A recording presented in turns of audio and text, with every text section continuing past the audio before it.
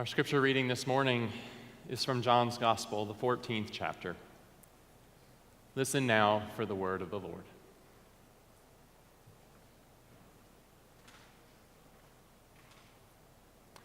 If you love me, you will keep my commandments.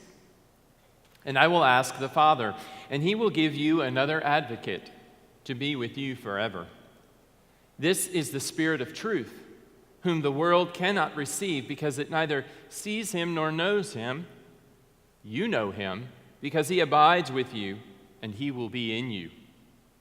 I will not leave you orphaned. I am coming to you. In a little while, the world will no longer see me, but you will see me. Because I live, you also will live. On that day, you will know that I am in my Father, and you in me, and I in you. They who have my commandments and keep them are those who love me. And those who love me will be loved by my Father. And I will love them and reveal myself to them. This is the word of the Lord.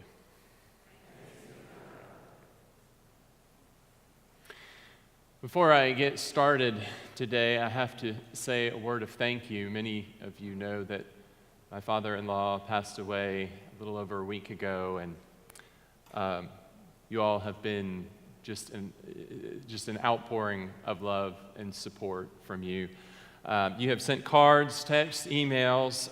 You brought meals while we were away. You collected mail, took our garbage and recycling down to the street. One of you mowed our lawn. We cannot thank you enough for your love, for your generosity. It is a reminder in what has been a difficult time for us of God's goodness, mercy, and love. So, this morning we begin a new sermon series where we're considering once again what we are seeking. What we are seeking. About a little over a year ago, we unveiled some new designs with a Seek logo here at the church, and I preached a sermon series on seeking and what we're seeking, what people maybe outside the church might also be seeking. And we said, really, it doesn't matter whether you're in the church or out of the church, in the sense that most of us are seeking three things. Most of us are seeking to grow. Most of us are seeking great relationships, and most of us are seeking, whether we realize it or not, some divine purpose in life, some meaningful purpose for our existence. And now I think it's time, it's been a little while, to reconsider what we're seeking. I think all those things are still true. I think we're still seeking to grow. I think we're still seeking great relationships, great friendships, people who will sustain us in tough times, and people to enjoy the good times with, right? And we're also seeking the divine. We're seeking God. We're seeking some purpose in life, some meaning.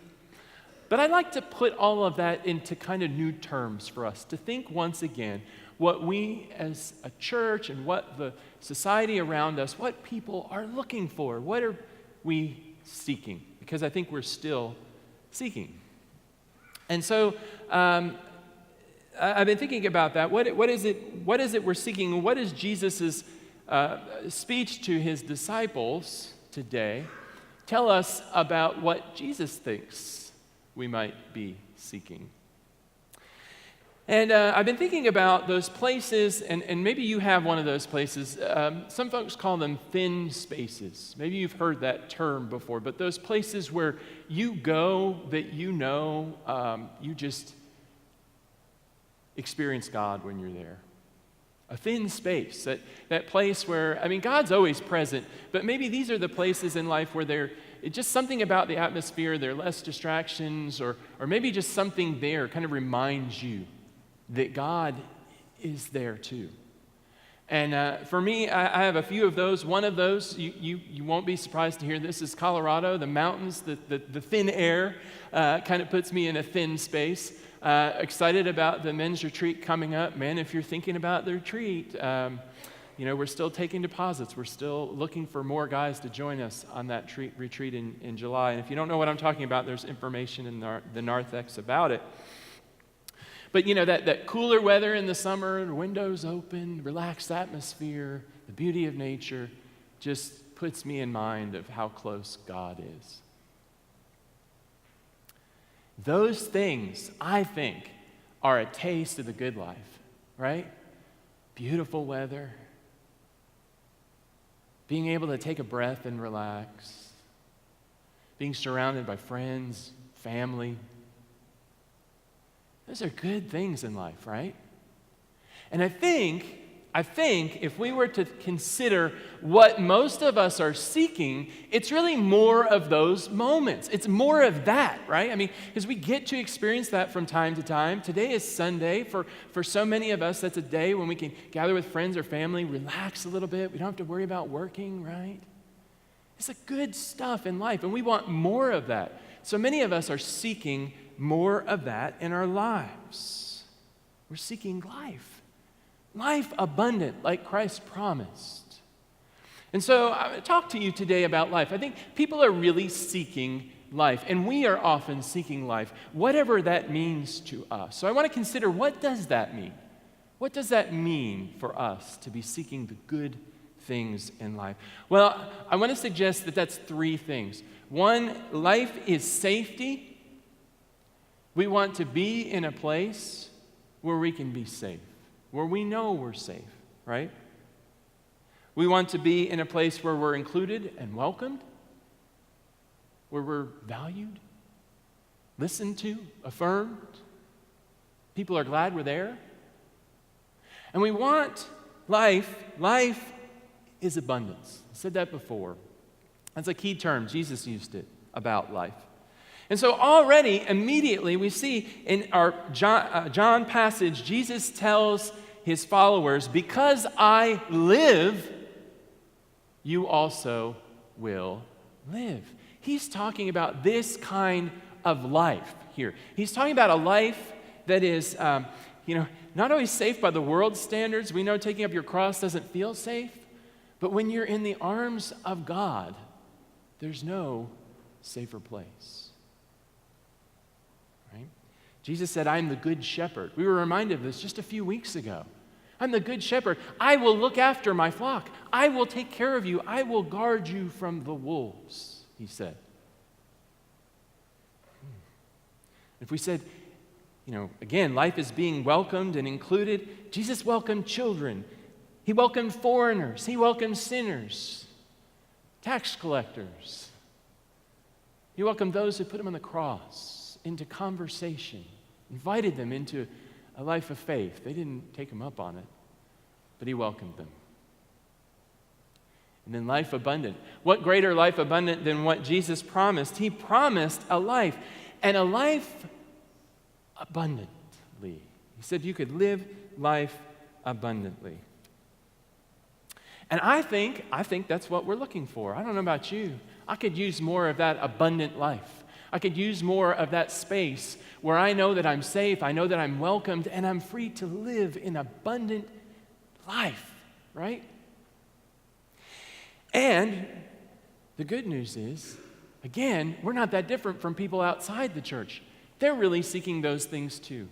Thomas Bandy, who writes a lot about church health dynamics, he writes about what the healthy church looks like. And he says that he came up with a fictional couple, Bob and Sally Public. And Bob and Sally Public say this. This is quoting Thomas Bandy. He says they live as most Americans do these days, but they say, I want to be different. I feel empty inside. I'm locked into a job that I hate, a marriage that is rocky. I'm addicted to alcohol, sex, cigarettes, materialism, 100 other self-destructive habits I haven't even identified yet. My kids ask me questions I can't answer. My parents tell me to do things that are pointless, and my company may lay me off at the mere hint of a recession. I want to be different, says Bob or Sally Public. I want to be changed, whole, healed, healthy, and full. I want to feel like somebody special. I want to like myself for a change. I want to be going somewhere valuable, doing something important, and personally connected with an enduring meaning. As people consider their own lives, however often we do that, or people outside the church do that, how often do we find that we want more of those good things in life? And what's more, how often do we find that while we're looking for those good things, we reach for other things that we think will give us life, but that really take life from us? The life that really is life is available to us. We've been given that here in the church. And so how do we share what we are seeking more of and what people outside the church we know are seeking in their lives? I want to consider the church as a thin space. It should be, right? I mean, if there's any place that we can go to experience God more fully, more deeply, more richly, it should be church, shouldn't it? I hope that this is a space for you, that when you come, you experience something of the truth, the vitality, the goodness, the mercy of God in your life. If it's not, come talk to me. I'd like to talk about why that is. But church needs to be a place where we can go in our life quest, where we can go to seek more life, deeper life, richer life, truer life, more abundant life. And so I want to ask you, how can we as a church make sure that we are safe for people, for ourselves, and for the people that come? How can we make sure that we're welcoming for people who come? And how can we make sure that we're a place of that abundant life that Jesus promised? So I want to unpack those terms just a little bit, if you'll bear with me. What does safe mean?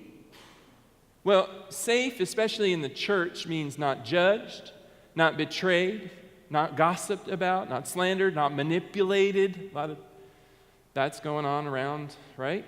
Not caught up in politics or social controversies. It really means that we're intentional as a church about creating and nurturing a place where people can come and feel welcome, feel safe. That it's safe to ask questions about God, that it's safe to share things that we struggle about in life, to share doubts, to share things that we don't know about what God may or may not be doing in the world around us, to share concerns.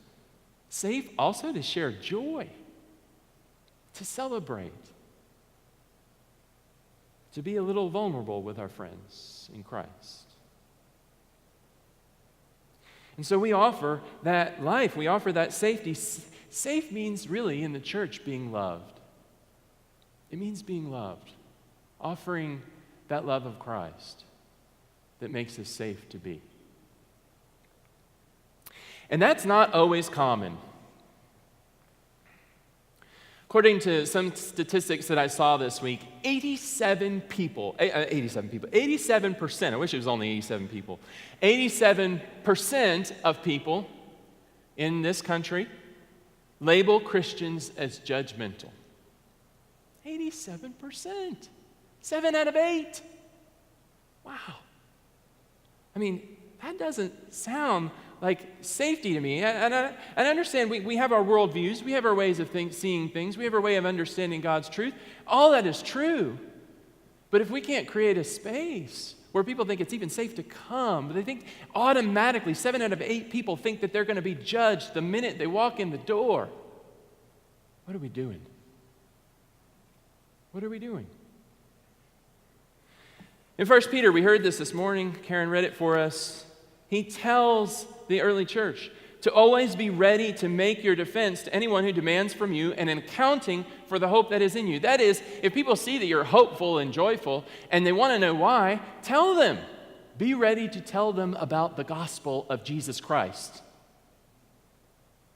But, did you catch this? Yet do it with gentleness and reverence. Share the gospel but do it in gentle and loving ways. Now, I think some Christians, we get afraid sometimes that if we're going to accept people, that means that we're condoning everything about them.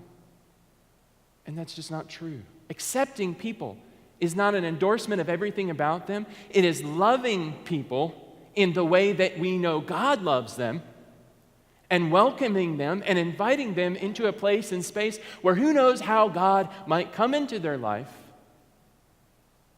and encourage them to grow. I mean, I know that God's not done asking for me to grow. I'm glad of that. I've got a lot of growing to do. That's true for everybody. It doesn't mean that we don't welcome people. It doesn't mean that we judge people immediately.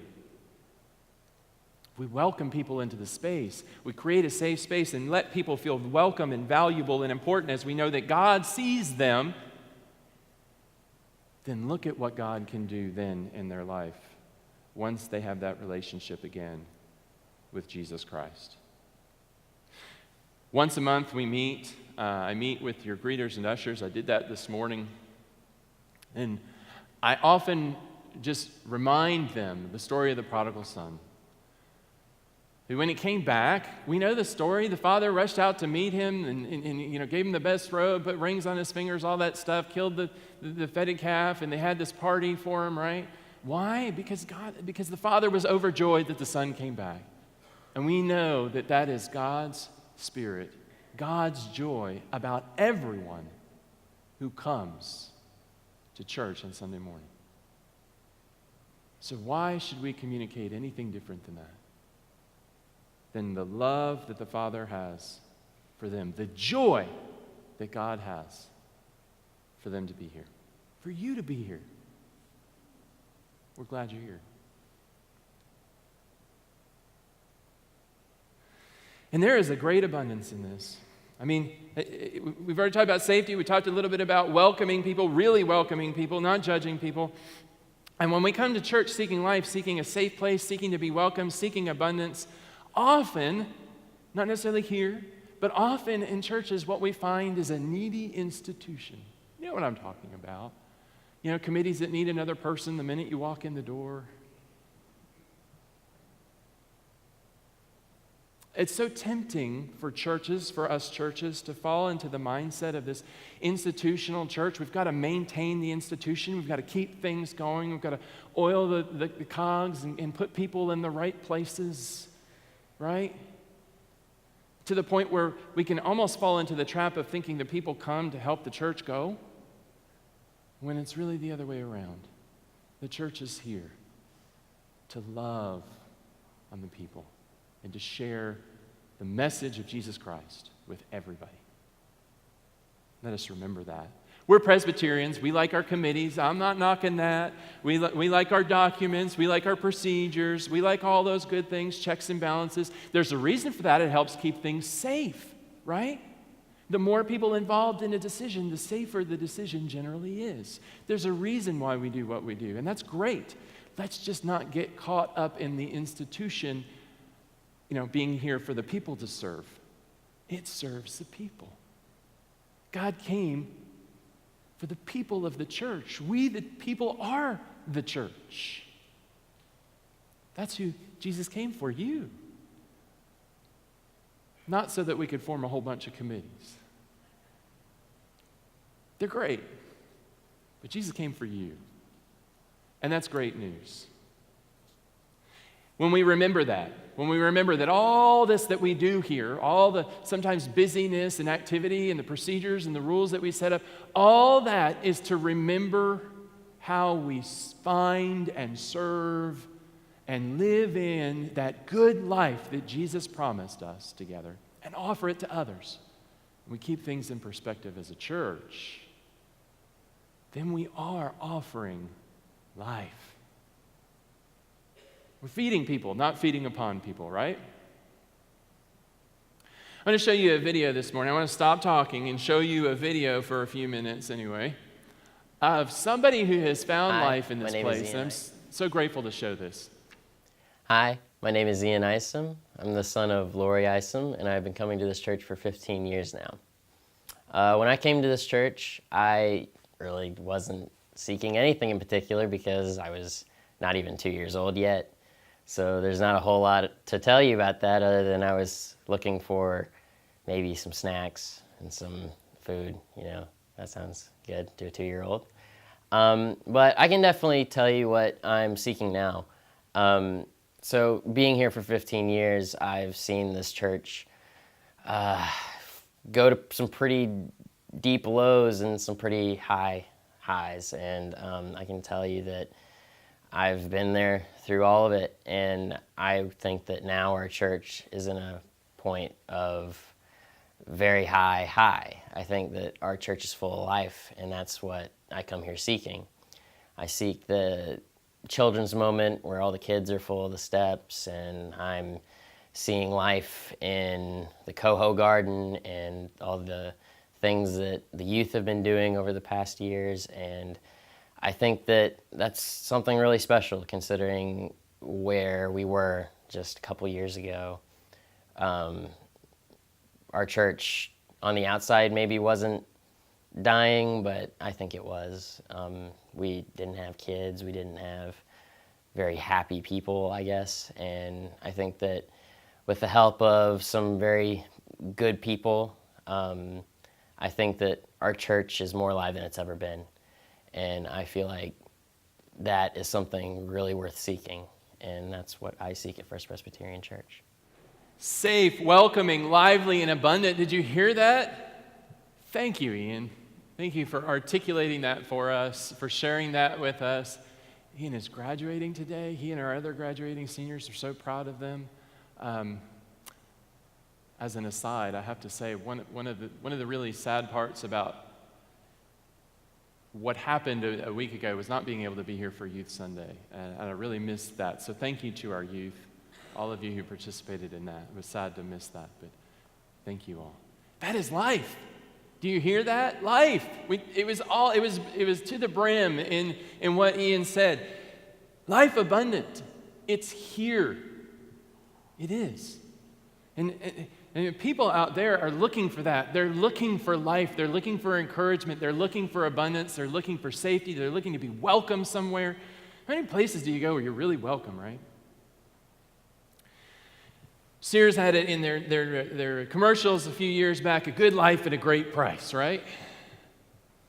Except this life isn't offered for any price. It's free. It's not bought. It's not earned. It's received. Receive it. Take it. It's here in abundance. It's good stuff. But how? How? Well, theologian Karl Barth, we used to joke in seminary that the answer to every question, according to Barth, just kind of a paraphrase of something that he said, the answer to every question is Jesus Christ. And so we thought, well, if you just wrote Jesus Christ for every test question, that would be good, right? But it's true. This is where the life is. The life is in Jesus Christ. And we come to this thin space together to experience that life, to experience what Christ is doing in this place. It's not only in this place. When you go, you take the Spirit with you. I mean, that's the really cool thing. You take the Spirit with you. But it is here. It is here among you. This is good life. This is what people are seeking. This is what we're seeking. We sometimes forget what we have. All the things, friends, that we are seeking in life is found in Jesus Christ, are found in Jesus Christ. The life we are looking for is ours through Him. So often we settle for substitutes that take life instead of giving. But we have been and will be a church where people find Christ, where it is safe to seek Him, where there is a welcome for every soul that finds their way here, and where there is an abundance beyond measure. The life that really is life, as Paul talked about, it's here. It's not only here, but it is here. And for that we celebrate, because Christ is here. If you're seeking life, friend, Look no further.